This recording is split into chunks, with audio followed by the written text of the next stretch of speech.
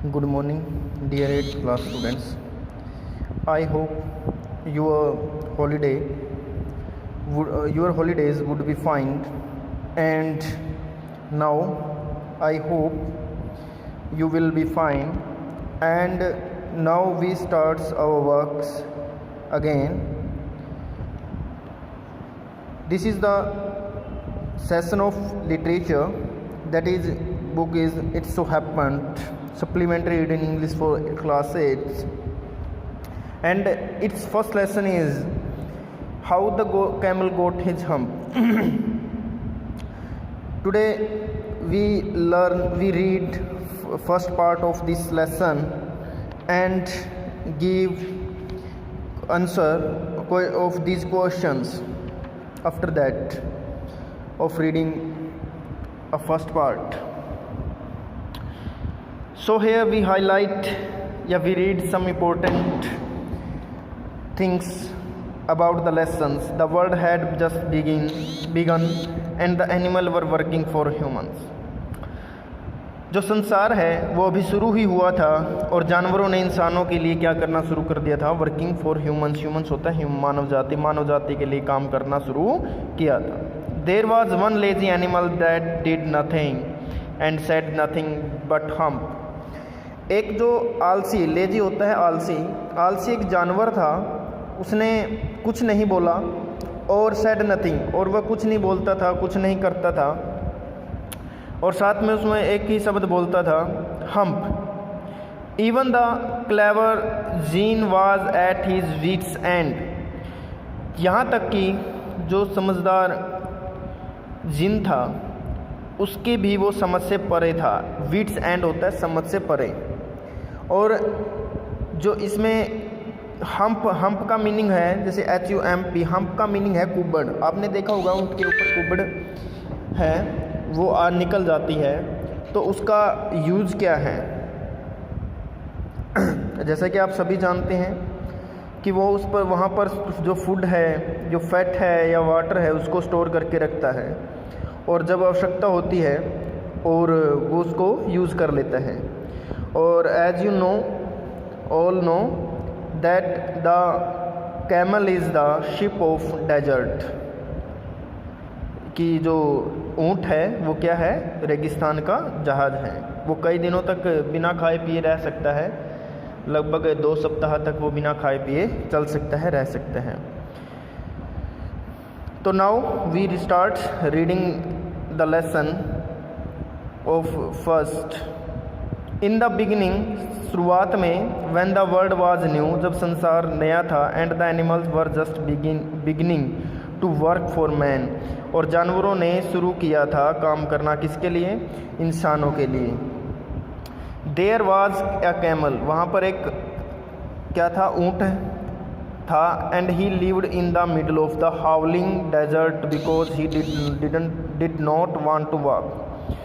और उसके जो हाउलिंग, जो एक रेगिस्तान है, वहाँ उसके बीच में एक जो जानवर है जिसका नाम ऊँट है वो रहता था, और वो कुछ नहीं करता था. He ate sticks and thorns and प्रिकल्स.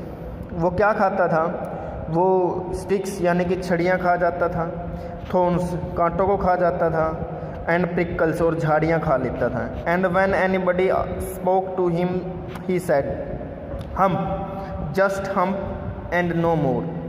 और जब कोई उसके साथ बोलता, काम करने के लिए बोलता उसको, तो वो एक ही शब्द कहता, हम्प, जस्ट हम्प और नो मोर, और इसके अलावा वो कुछ नहीं कहता. Presently the horse came to him on Monday morning.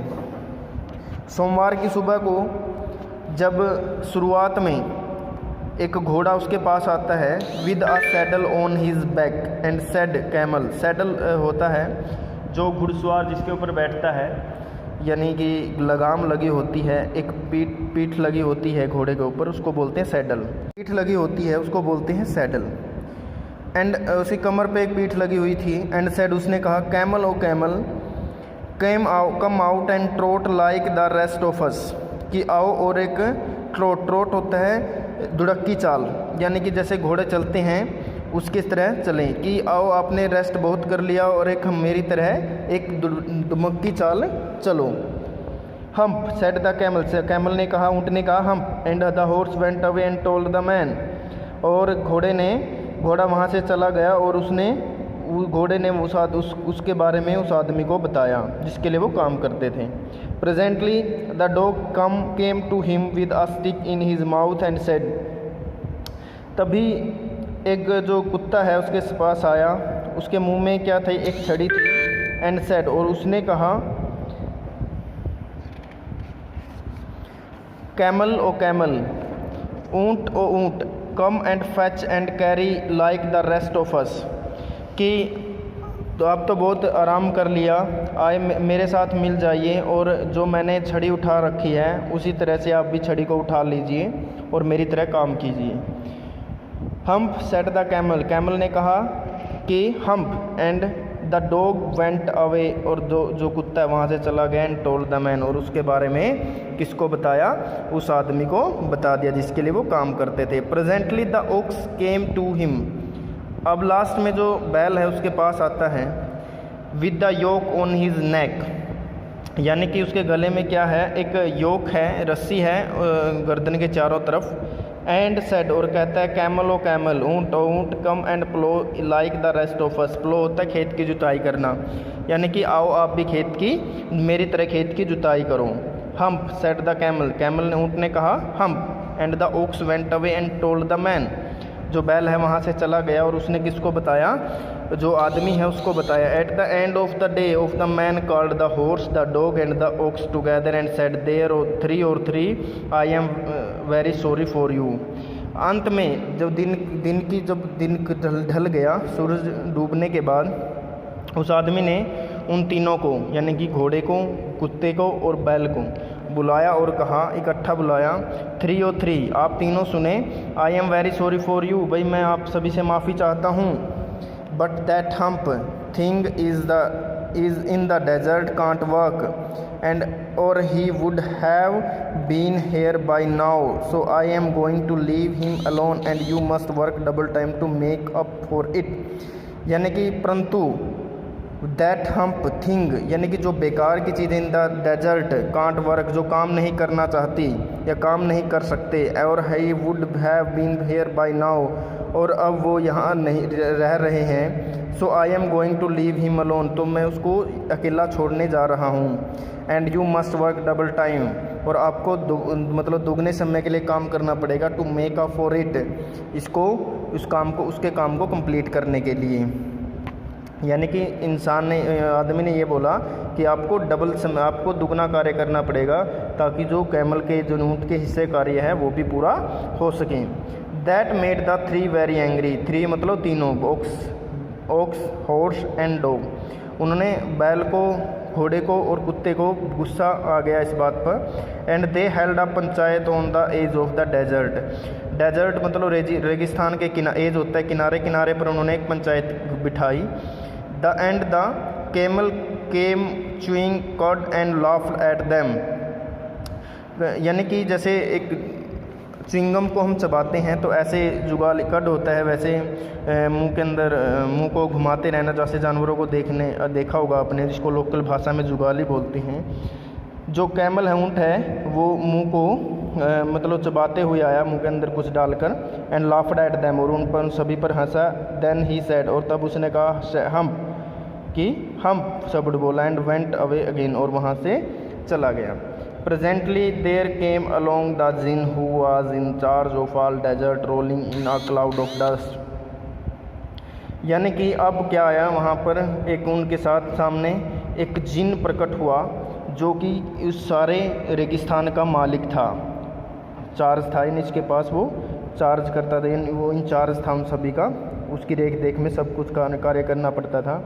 Rolling in a cloud of dust, यानी कि एक प्रकार से डस्ट की एक रोलिंग हुई और जिसमें क्या हुआ, एक बादल बना रोलिंग करते हुए, और जिससे क्या हुआ, वो एक जिन है वो प्रकट हुआ उसमें से। Djinn of all deserts said the horse ने कहा, घोड़े ने कहा कि सभी पूरे रेगिस्तान के djinn is it right for anyone to be idle, क्या ये सही है किसी के लिए कि मतलब चुप आलसी बैठे रहना, आइडल होता है मतलब निठल्ला बैठे रहना यानी कि आलस करते रहना। Certainly not said the djinn, said ने कहा कि नहीं ऐसा तो नहीं है। वेल अच्छा सेड द हॉर्स, घोड़े ने कहा there is a thing in the middle of your desert with a long neck and long legs. अब ये जो कैमल है उसकी पर्सनैलिटी को बता रहे हैं कि उसकी एक लंबी गर्दन होती है और लंबी टांगें होती हैं। तो उन्होंने क्या, घोड़े ने क्या कहा कि आपके जो रेगिस्तान है उसके बीच में एक लंबी गर्दन और लंबी टांगों वाला एक जानवर रहता है। And he hasn't done a stroke of work, stroke of work होता है काम को हाथ न लगाने, यानी कि वो थोड़ा सा भी कार्य नहीं करता सिंस मंडे मॉर्निंग, और जो सोमवार की सुबह है उससे लेकर अब तक उसने कुछ भी कार्य नहीं किया है। ही वुडन ट्रोट, उसने जैसे दुमक्की चाल भी नहीं चली, जिस प्रकार से हम काम करते हैं वैसे काम नहीं किया। वाओ व्यू सेड द जिन विस्लिंग, जिन ने सीटी बजाते हुए कहा क्या, दैट्स माई कैमल, कि वो मेरा ऊँट है। What does he say about it, और उसने इसके बारे में, काम के बारे में क्या कहा है। ही सेज हम्प, वह कहता है कि हम्प, एंड ही वुडंट प्लो, और वो खेत की जुताई भी नहीं करता। सेड द ओक्स, बैल ने कहा very good said the djinn, djinn ने कहा बहुत अच्छा। I will hump him if you will kindly wait a minute, यानी कि आई विल हम्प हिम का मतलब है कि I will set him right, यानी कि मैं उसको अभी ठीक करता हूँ, यदि तुम 1 मिनट का समय दो तो मैं उसको अभी ठीक करके देता हूँ, यानी कि अभी उसको सिखाता हूँ, सबक सिखाता हूँ। तो ये था जो लेसन का first part. Tomorrow we will discuss the second part of the lesson, and after that we will complete the question answer of the given question comprehension check. So here you can see that there are 4 questions of this first part of the lesson, and now I will provide you the answer of these questions. So write down these questions on your fair notebook, and I will check anytime of last of the week. So I hope you will be understood it very clearly, and if you have any doubts you can call me. Thank you, have a good day.